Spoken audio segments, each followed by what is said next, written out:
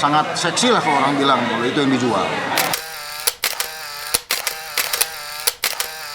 Suatu pasangan yang orang bilang komplit, sipil, militer. Gitu. Ya, calon presiden dia harus sudah namanya khatam terhadap dirinya sehingga dia full mewakafkan waktunya, dirinya, pikirannya untuk negaranya.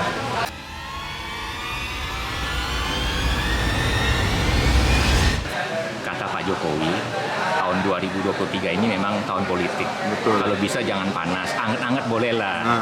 Kalau boleh sih sejuk lebih bagus lagi katanya. Bagus. Nah kalau Bapak melihat tahun politik tahun ini, bedanya dengan 2019, bagaimana Pak? Nah, kalau tahun 2019 kita belum pernah mengalami yang namanya presiden yang akan selesai. Kan tahun 2019 kan Pak Jokowi baru periode pertama. Jadi dia untuk masuk ke periode kedua tuh agak lebih gampang. Sekarang kan berdasarkan undang-undang Pak Jokowi kan tidak boleh lagi maju untuk periode ketiga.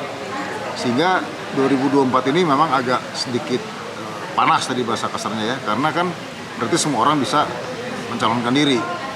Nah, jadi perbedaan dengan 2019 kemarin, yang paling mendasar adalah Pak Jokowi sebagai incumbent, dia lebih di atas angin lah, karena dia incumbent dan dia boleh satu periode lagi.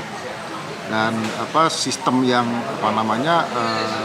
pemilunya kita itu kan bahasa kasarnya memang mengharuskan bahwa presiden itu kan dicalonkan oleh partai politik, sehingga 2019 terwujudlah dua calon gitu ya, antara Pak Jokowi dengan Pak Prabowo. Nah kita nggak tahu nih, mudah-mudahan 2024 bisa lebih dari dua calonnya mudah-mudahan. Oh jadi Bapak ekspektasinya ada 3 pasang calon ini? Betul, karena kalau dua bentrok ya, kita ini jadi terpolarisasi. Artinya kalau sekarang udah bilang ada yang ke kanan, ada yang ke kiri, itu menurut saya jadi buktinya sampai sekarang masih ada orang yang belum bisa move on ya, bahasa orang bilang kan. Jadi bagaimana kalau ini berulang-ulang terus gitu. Jadi saya berharap 2024 ini bisa ada 3 calon atau bahkan lebih kalau perlu malah, sehingga demokrasi itu bisa tidak terpolarisasi, walaupun ujungnya nanti tetap akan terpolarisasi mungkin di tahap yang kedua ya, pemilu tahap yang pilpres tahap kedua gitu. Putaran kedua. Putaran kedua. Jadi menurut Bapak akan terjadi 2 putaran ini ya? Kalau lebih dari tiga pasangan. Gitu ya. Kalau 2 pasangan sih kayaknya 1 putaran deh. Pak, bagaimana caranya mencegah supaya tidak terjadi polarisasi? Walaupun perbedaan ide, gagasan, dan lain-lainnya itu pasti akan terjadi kan. Namanya juga kontestasi pemilu kan begitu, apalagi pilpres. Bagaimana caranya mencegah polarisasi? Nah, untuk itu pilihlah calon presiden tuh yang tanda kutip tidak mau main gampang aja. Kan ada capres yang kalau ini bicaranya terpolarisasi, misalkan jualan agama atau jualan apa. Itu kan karena menurut saya orang itu nggak pede, nggak punya jualan yang lebih hebat ya daripada tanda kutip jualan agama. Karena kan di Indonesia ini, karena kita ini negara Islam terbesar dan mayoritas Islam, maka agama ini kan sensitif, sehingga sangat seksi lah kalau orang bilang kalau itu yang dijual. Padahal menurut saya itu nggak laku kalau buat saya. Yang perlu dijual itu kan apa sih otaknya presiden ini? Calon presiden tuh otaknya apa? Kemampuannya apa? Cara menyampaikannya bagaimana? Dan track recordnya itu. Jadi kalau bicara ada polarisasi itu buat saya malah udah nggak laku lah kalau saya bilang sih. Nah, ada juga pendapat ini dari satu komunitas gitu ya, supaya tidak terjadi polarisasi yang tajam dalam pemilu 2024. Mereka mengusulkan ada pasangan Jokowi Prabowo. Nggak bisa, kan Pak Jokowi kalau maju lagi kan berarti dia periode yang ketiga. Maka undang-undang dasar harus dirubah dulu. Itu artinya kita juga jangan kita nabrak ke sana, gitu. Karena undang-undang dasar itu kan dibuat untuk dipatuhi, bukan untuk dilanggar. Walaupun bukan berarti nggak mungkin, tetap orang bilang tetap mau di amandemen ya silakan saja.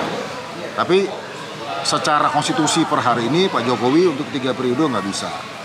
Tapi kalau bicaranya berandai ini yang nggak mungkin terjadi ya, Pak Jokowi dengan Pak Prabowo, di kacamata saya itu suatu pasangan yang orang bilang komplit, sipil, militer gitu.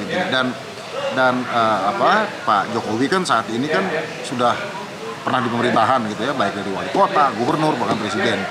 Pak Prabowo kenyang di militer dan terakhir kan dia juga di perusahaan dan dia punya partai politik, ketua umum partai politik dan dia sekarang di pemerintah. Jadi kalau seandainya Pak Jokowi itu belum 2 periode, itu Pak itu pasangan yang paten.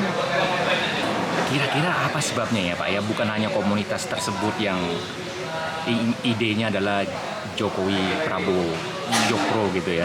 Tapi juga ada kelompok masyarakat lain, individu termasuk juga ingin Pak Jokowi 3 periode. Sebabnya kira-kira apa itu? Ya, sebabnya kan pasti masyarakat melihat daripada hasil yang Pak Jokowi lakukan selama sekarang sudah hampir 9 tahun menjadi presiden kan. Ya. Jadi faktanya pembangunan berjalan, infrastruktur berjalan, walaupun ada kekurangan segala macam. Tapi yang penting pembangunan berjalan dengan baik zaman Pak Jokowi. Nah, sekarang apalagi banyak program-program yang memang kalau bicara Inggris sustainabilitasnya itu kan perlu tetap terjaga. Untuk itu makanya banyak orang yang menginginkan Pak Jokowi maju lagi. Nah, tapi saya pribadi mohon maaf, saya nggak setuju Pak Jokowi maju lagi karena tadi adanya Undang-Undang Dasar kita mengatakan yang membatasi bahwa presiden itu hanya 2 periode dan tidak bisa dicalonkan kembali kecuali yaitu dirubah dulu oleh amandemen dulu, di mana ya jangan bicara langsung lompat mau 3 periode dengan cara apapun, nggak bisa. Kalau negara ini nggak mau diatur ya chaos lah artinya. Jadi kan harus amandemen dulu ya. harus lah, kalau di amandemen dulu itu udah disepakati silakan. Jadi maksud saya kalau mau kayak begitu ya 2024 ini mungkin amandemen itu. Nah, kalau begitu Capres 2024 kriterianya bagaimana Pak? Nah, tahun 2024 ini adalah masa yang berat dari segi ekonomi. Dunia dalam kondisi krisis. Perang Ukraina Rusia belum selesai. Dan pertempuran ekonomi antara negara-negara seperti Amerika dan Cina semakin kuat. Krisis energi terjadi, krisis pangan terjadi. Sehingga kita membutuhkan seorang presiden itu yang visioner. Yang di mana dia punya pengalaman yang mumpuni di dalam memimpin. Dia punya visi, dia mampu memimpin, dan dia sudah cukup untuk dirinya sendiri. Sehingga dia tidak, bahasa kasarnya, korup gitu ya. Dan yang keempat, yang paling penting, dia ini jangan gampang terpengaruh dengan yang namanya inner circle. Itu bikin hancur negara ini. Jadi presiden itu adalah yang dimana kan kepala negara. Jadi dia RI 1, sehingga dia harus bisa mendudukan sebagai kepala negara di atas segala-galanya, di atas dari partai politik, di atas daripada institusi pemerintahan, legislatif, yudikatif. Sebagai kepala negara dia di atas segala-galanya. Jadi dia harus bisa mendudukan itu untuk negara, sehingga kriteria utama bagi saya calon presiden, dia harus sudah khatam terhadap dirinya, sehingga dia full mewakafkan waktunya, dirinya, pikirannya untuk negaranya. Tidak lagi memikirkan untuk istri, anak, ibu, bapak, partai, organisasi, tidak ada. Itu adalah dia betul-betul berikan buat negara. Itu pendapat saya.